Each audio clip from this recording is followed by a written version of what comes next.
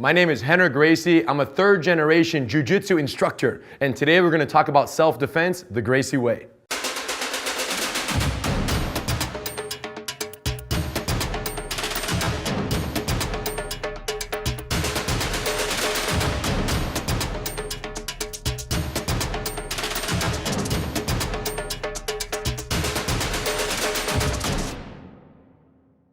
So as a young boy, my grandfather learned Japanese Jiu-Jitsu from his older brothers, who in turn learned it from a Japanese man in the early 1900s. The challenge was my grandfather was very frail. As a young boy, doctors restricted him from involving himself in any type of physical activity because he would run up a flight of stairs and pass out from exhaustion. They didn't know what it was, they just knew that he really couldn't participate in anything strenuous. When my grandfather learned these techniques as a young boy, the challenge was he wasn't as effective as his older brothers because he didn't have the physical attributes that were required to make these techniques effective. Out of necessity, my grandfather began modifying the techniques, reducing the amount of strength, power, and explosiveness necessary to make them work, and he began incorporating more leverage, timing, energy efficiency, and technique ultimately.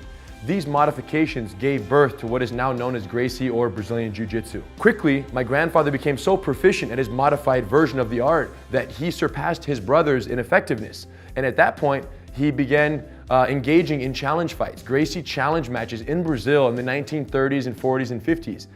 And it was amazing because his whole goal was to fight as many martial artists of other disciplines as he could to prove the effectiveness of his style in real combat.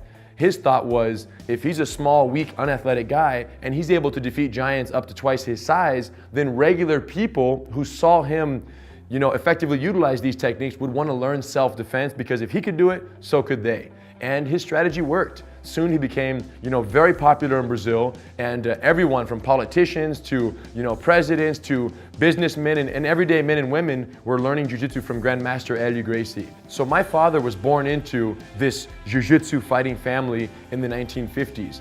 And from the first day, from as early as he could walk, he was learning Jiu-Jitsu. Eventually, he got his black belt and graduated from law school in Brazil. And at that point, he realized that even though Jiu-Jitsu had become very popular in Brazil, it needed to be shared with the world. And he knew that if he could come to America and establish Gracie Jiu-Jitsu in America, that eventually the rest of the world would catch on and Jiu-Jitsu would ultimately reach as many people as possible. So he went for it. He left in 1978, came to America with nothing but a black belt and a dream to share our family's techniques with the rest of the world, got established here in Southern California, and couldn't find an academy to teach at because everyone was still in Bruce Lee mode. They were all about the prettiest punches and kicks, and really no one had the respect for what our Jiu-Jitsu represented and the close quarters, grappling, submission style of fighting that we had. So he couldn't find a place to teach at, so he had no choice but to open up in his garage here in Hermosa Beach, California, and he began teaching classes to everyone he met in his two-car garage. Every student he met, he invited for a free class. And if that student told a friend, they would get another free class, and their friend would get another free class. So if a student told 5 friends, the guy would get 5 free classes, and each student would get their free class of their own. Little by little, the word spread, and it got to the point where he had 130 students training with him every week in the garage here in Southern California, and 80 people on a waiting list to get into the garage.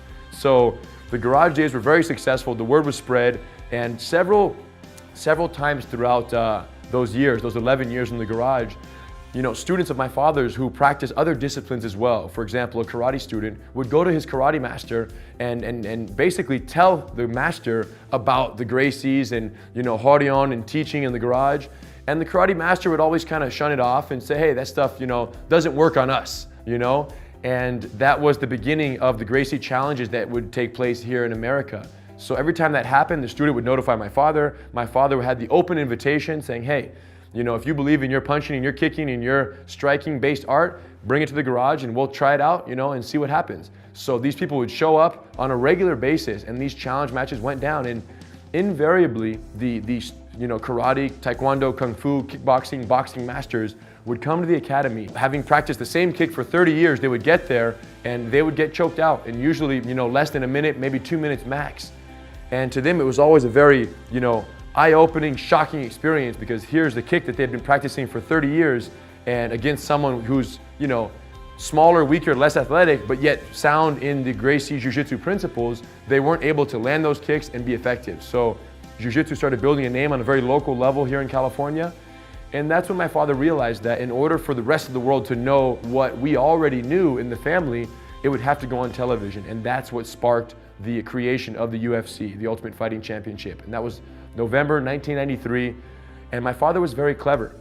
He sought out the toughest, baddest, meanest, most reputable martial artists he could find of various disciplines.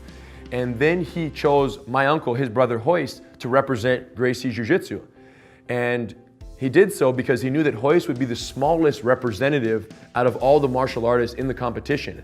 So if you have guys that are weighing, 200 plus pounds, and then you put Royce in there at 178 pounds, my father knew that it would be the greatest testament to Jiu-Jitsu, the art, and not the individual using the art.